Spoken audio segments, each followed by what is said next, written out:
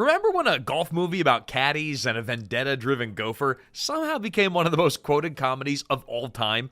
Directed by Harold Ramis and released by Orion Pictures in 1980, Caddyshack follows the colliding world of misfits, old money, and questionable groundskeeping at the upscale Bushwood Country Club. Chevy Chase plays the effortlessly cool Ty Webb, Rodney Dangerfield is the loud, zero-respect disruptor Al Cervic, Ted Knight is the permanently outraged Judge Smales, and Bill Murray is Carl Spackler, the only groundskeeper in cinema history who declared war on wildlife and made it philosophical. But what started as like a coming-of-age story about teenage caddies turned into a chaotic free-for-all that critics dismissed and audiences, including myself, never stopped quoting. Today we're going to count down 15 weird facts about Caddyshack. Stick around for number 1, because the movie that you've been quoting for 40 years was barely written, and the story of how it got made is way wilder than anything on screen. But before you take out that 9-iron, remember to like, subscribe, and while you're at it, ring that bell. It lets YouTube know that you want more deep dives of your favorite movies and TV shows. All right, grab that grass whip, and let's get off to Bushwood.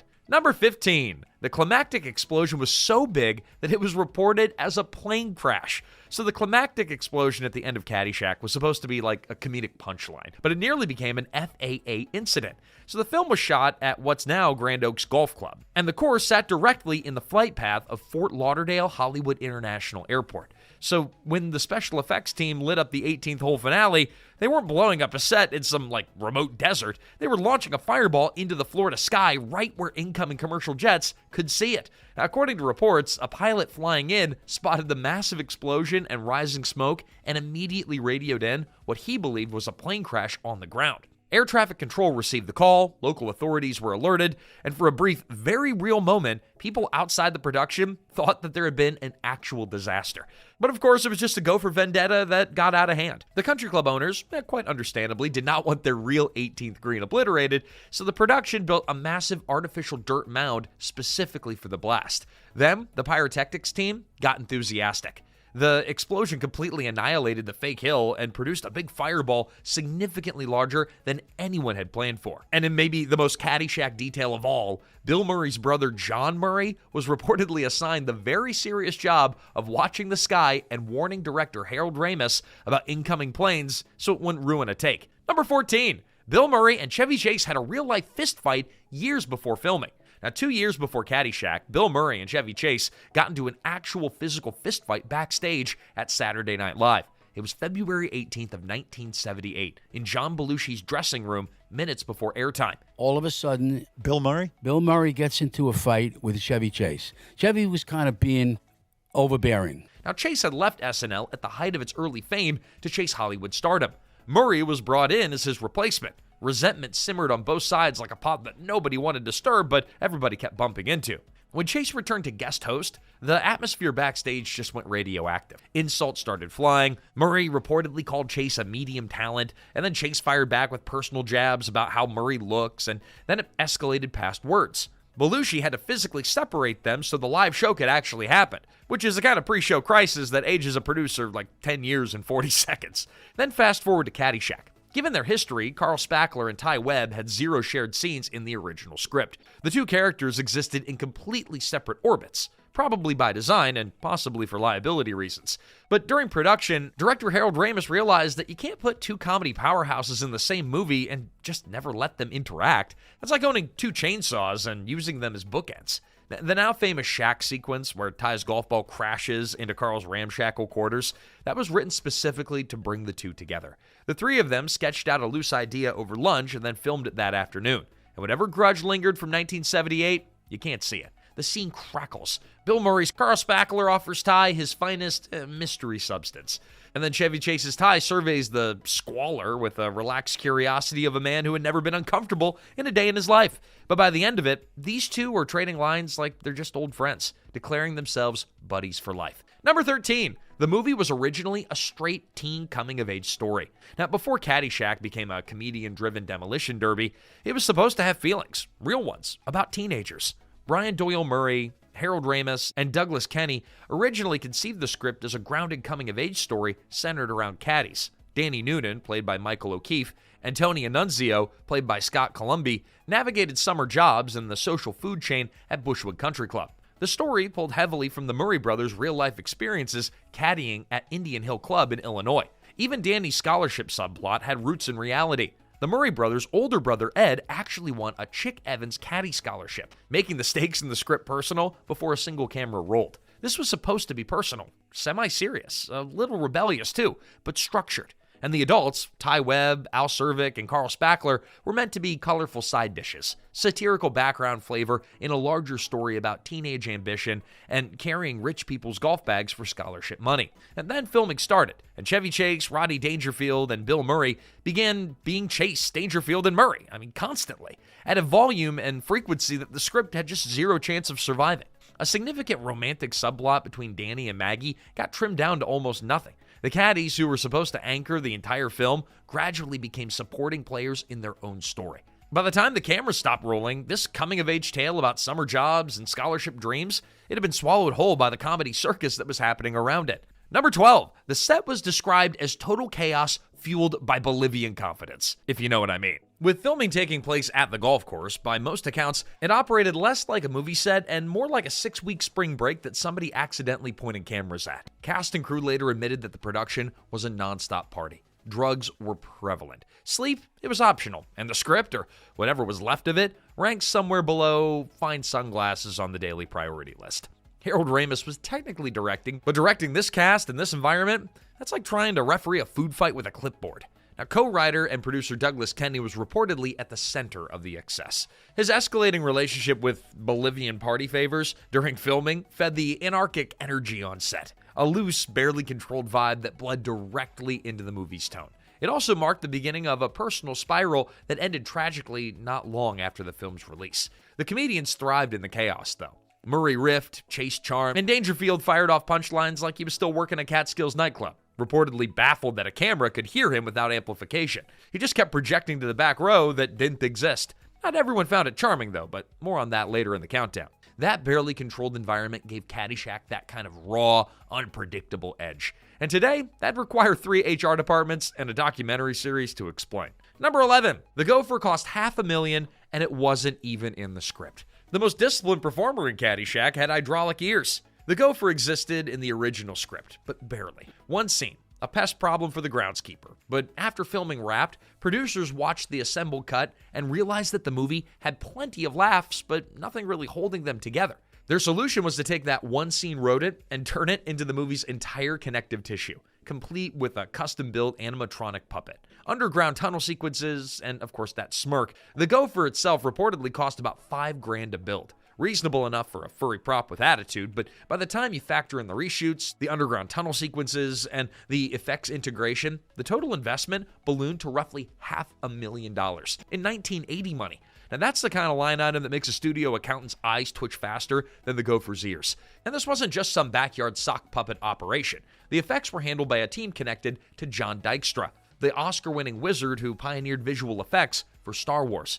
The same creative lineage behind lightsabers and the Death Star trench runs, well, those were now being applied to a dancing rodent terrorizing a fictional country club. Number 10, a hurricane nearly shut the whole thing down. Caddyshack was filmed in the autumn of 1979 in Davie, Florida. But director Harold Ramis wanted a vibe of sleepy Midwest America. But then Hurricane David showed up like an uninvited club member with zero respect for tea times. Filming had barely started when the storm rolled in and shut everything down. Cameras off, schedules obliterated. Production was stalled before Bill Murray could even threaten a gopher. The delay stretched the shoot to roughly 11 chaotic weeks, which, given the rewrites and general, is anyone steering this ship energy on the set? It almost feels efficient. Number 9, the Murray brothers turned Caddyshack into a restaurant. Murray and his 5 brothers all worked as caddies growing up in Wilmette. Instructional was a great education to learn how to serve people. In 2001, the Murray brothers opened Murray Bros Caddyshack in St. Augustine, Florida, right at the World Golf Village, which is home of the World Golf Hall of Fame. And it wasn't a solo Bill Murray vanity project. All 6 Murray brothers were involved: Bill, Brian, Andy, Joel, Ed, and John. Now, the same kids who spent their teenage summers hauling golf bags at a private club in Winnetka, Illinois, built a restaurant themed around the movie that their childhood inspired. Chef Andy Murray developed the menu and runs the kitchen. America's comfort food with a bit of a Chicago edge. It makes people laugh and it makes people smile. If that's all we can do, that's great. The walls are covered in Caddyshack memorabilia, and the whole vibe is designed to feel like an extension of the Murray family living room, which, knowing his family, probably means somebody's telling a story that's 40% true, but 100% entertaining. And the place has become a pilgrimage site for fans. The restaurant even outlasted its neighbor. When the World Golf Hall of Fame closed in 2023, people assumed that the Shack would go with it, but it didn't. The Murrays signed a new 10-year lease in 2024, and they're still serving today. Number 8, Bill Murray filmed most of his scenes in just 6 days. Carl Spackler, the gopher hunting philosopher on the fairway, was filmed in 6 days. That's less time than most people spend pretending to start a new diet. And it tracks too, because Murray was never supposed to matter. Carl was written as a small, mostly silent role, a background groundskeeper in the mold of Harpo Marx. Murray got hired for a brief appearance because he was juggling Saturday Night Live, and the plan was simple. You just pop in, you say very little, and then leave. But the second camera started rolling, Carl became a full-blown chaos machine. Murray brought a manic energy that the script never called for, and the production couldn't contain. Every scene that he touched came back bigger, weirder, and funnier than what was on the page. The Dalai Lama story, the Gopher Vendetta speeches, the deranged cocktail of Zen philosophy and unhinged pest control energy, that's all Murray. The production team kept calling him back from New York for more scenes. There's more material. A role designed to fill 6 days of shooting, well, it ended up consuming part of the film's identity. A quick pause. If you're enjoying this deep dive into the wildest golf movie ever made, hit that like button. It tells YouTube that you want more stories about the movies and the shows that had no business working but became classics anyway. And drop a comment with your favorite Caddyshack quote. And if you say, "It's in the hole," just know that you're standing in a very long line. All right, back to Bushwood before the judge calls security. Number 7, Caddyshack needed a famous face just to get it made. Before Caddyshack could get those balls teed up, it had to survive the most dangerous hazard in Hollywood: studio approval. Orion Pictures did like the concept. Animal House on a golf course, that has a certain chaotic charm. But they had one condition. You had to attach a star who could sell tickets, or the movie would stay in the clubhouse. Orion had already passed on 2 of Harold Ramis' darker comedy pitches, and that's how Chase got signed to the project. Chevy had recently proved himself as a box office draw with Foul Play. Once his name was attached, it stopped being a risky experiment and started looking like something that actually might get a release date. And then came the role of Al Cervic, the loud, zero-respect wrecking ball of Bushwood. Now, Don Rickles was reportedly considered for the part, and look, if you know Don Rickles, you know restraint was never on the menu. But Ramis saw Dangerfield on The Tonight Show and became convinced that rapid-fire insult energy belonged on the golf course. He handed Rodney the role, making it his first major feature film appearance. And Dangerfield walked onto a film set the way that most people walk into a country where they don't speak the language. He was a stage comic, not a film actor. He reportedly didn't understand standard set commands. He couldn't figure out why nobody laughed after his first few takes, until someone explained that laughter during filming would ruin the audio. It took some adjusting. I mean, he was getting no respect here. Number 6, Bill Murray stole the Dalai Lama speech. The Dalai Lama monologue was one of the rare pieces that actually existed on paper before the actors were given free range. But in the early script, it wasn't written for Carl Spackler. It belonged to a completely different character. In some versions, a teenage caddy. In others, a grounded old veteran type telling a sentimental tale. But either way, it was meant to land as kind of serious. Now, on the first day of filming, the original actor performed it, and it landed like my golf balls into a lake. Now, instead of being funny, it came across as earnest, kind of depressing. Now, Ramis recognized the premise did have potential. Caddying for the Dalai Lama in Tibet is inherently absurd. It just needed a delivery system that was unhinged enough to match, so he handed it to Murray. Murray kept the premise, he torched the tone, and rebuilt the entire thing in Carl Spackler's voice.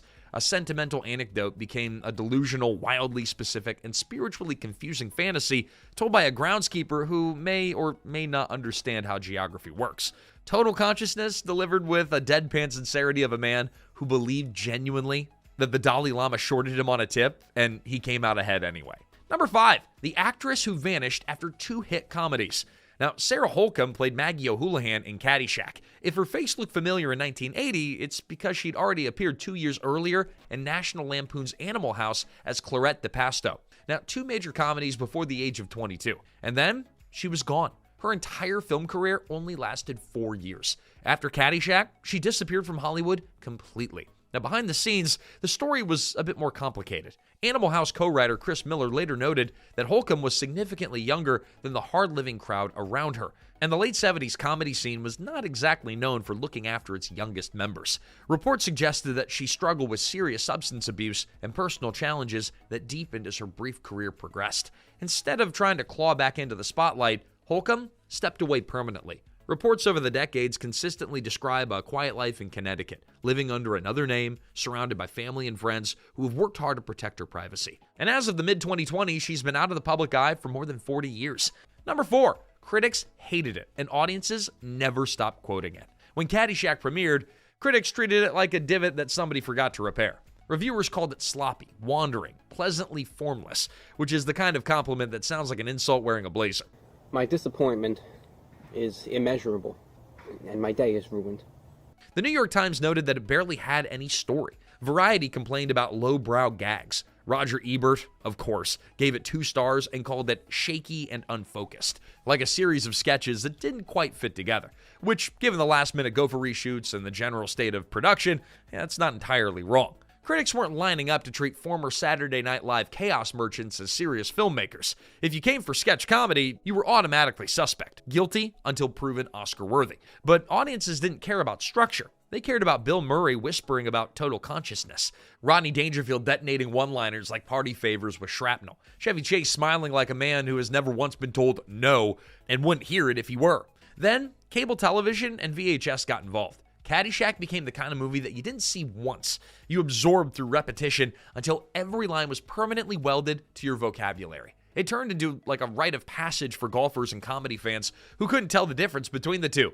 Years later, the American Film Institute ranked it number 92 on its list of the 100 funniest American movies. Number 3, the Baby Ruth gag came from a real prank. That legendary pool scene, the screaming, grown adults scrambling out of the water as if something with teeth just clocked in, was inspired by actual teenage stupidity. Co-writer Brian Doyle-Murray reportedly pulled a similar stunt. Now, in the film, the Baby Ruth bar floats dramatically across the pool surface, just bobbing along like the world's most misunderstood villain. But here's the problem. The real Baby Ruth sinks. It drops to the bottom like a chocolate brick, which meant that Hollywood had to cheat. The production used a buoyant foam prop to get that perfect slow-motion glide across the surface. Then, right before Bill Murray scoops it up and takes a bite like a man who has never once considered the opinions of others, they swapped in a real candy bar. That's the kind of commitment to a gross-out gag that separates professionals from amateurs. Number 2, Ted Knight was the only professional on set. By the time that Ted Knight signed on for Caddyshack, he was a sitcom veteran. Years on the Mary Tyler Moore Show, where scripts were tight, and the biggest wild card moment was maybe someone slightly missing a cue. The man showed up to the Rolling Hills Golf Club in Florida with his lines all memorized, his professionalism fully loaded, and absolutely zero preparation for what he was walking into. Come on now, dawg. Come on, man. Younger cast and crew members were racing golf carts around the course at night, they were pulling pranks, and they were treating call times like horoscopes, interesting to read and easy to ignore. Knight knew that this wasn't going to be just another average day on the ranch, but Knight stayed locked in. He delivered every line, he committed fully, and his performance as Judge Smales, pompous, outraged, perpetually one insult away from a coronary, became one of the film's most legendary anchors. Number 1, the script, it was more of a suggestion, and the cast rewrote the movie on camera. Let's start with Rodney Dangerfield, because his introduction to filmmaking is a comedy all by itself. And the very first scene that he shot was Al Cervik's entrance in the pro shop. Ramis called action, and nothing happened. Dangerfield, he just kind of stood there. And then Ramis tried again, but nothing. He walked over and explained the cue, and Dangerfield blinked. "You mean do my bit?" And finally, Ramis said, "Okay, Rodney, now do your bit." And Dangerfield pounced into the room and nailed the take, including the legendary line about the hat deserving a free bowl of soup, completely off the cuff. Now, from that moment on, Ramis never said action for a Dangerfield scene again. And once Rodney got rolling, there was no containing him. That dinner scene where Cervik strolls past Judge Smales' guests, insults every person at the table, that's all Dangerfield. "Oh, this is your wife, huh? Lovely lady. Hey, baby, you must have been something before electricity." Look, that's 40 years of stand-up muscle memory pointed at a camera. Murray was even worse, or better, depending on your perspective. The script literally left blank sections that just read, "Bill riffs here." The Cinderella story monologue, well, that script contained 2 lines of stage direction. Carl cuts off the tops of flowers with a grass whip, and that's it. Ramis gave Murray 1 prompt. Imagine you're a kid announcing your own Fantasy Masters tournament, and Murray picked up the whip, looked at the bed of real chrysanthemums, and then started talking. Those were live flowers, too. No resets. So once those petals hit the ground, they were gone. The original take ran close to 30 minutes before getting trimmed to the version that was permanently lodged in pop culture. Chase ran the same playbook, but from a different angle. The massage scene between Ty and Lacey, that's off the page entirely. Don't sell yourself short, Judge. You're a tremendous slouch. Yeah, that's Chase finding the exact right beat to twist a compliment into a takedown. The result was a mountain of footage. The first rough cut reportedly ran over 4 hours. The studio carved it down to 98 minutes, and the surgery was brutal. Entire subplots amputated. Somewhere in a vault, there are hours of Caddyshack footage that the public has never seen. 3 writers spent 3 months building a 200-page script. Then 3 comedians walked onto a Florida golf course and rewrote the movie in real time, and the version that survived became one of the most quoted comedies in American history. Go figure. And there you have it, 15 weird and wild facts about Caddyshack. Which fact surprised you the most? Drop it in the comments and share this with a friend who still quotes Carl Spackler like it's their personality trait. And don't forget to like and subscribe. Until next time, this is Remember When.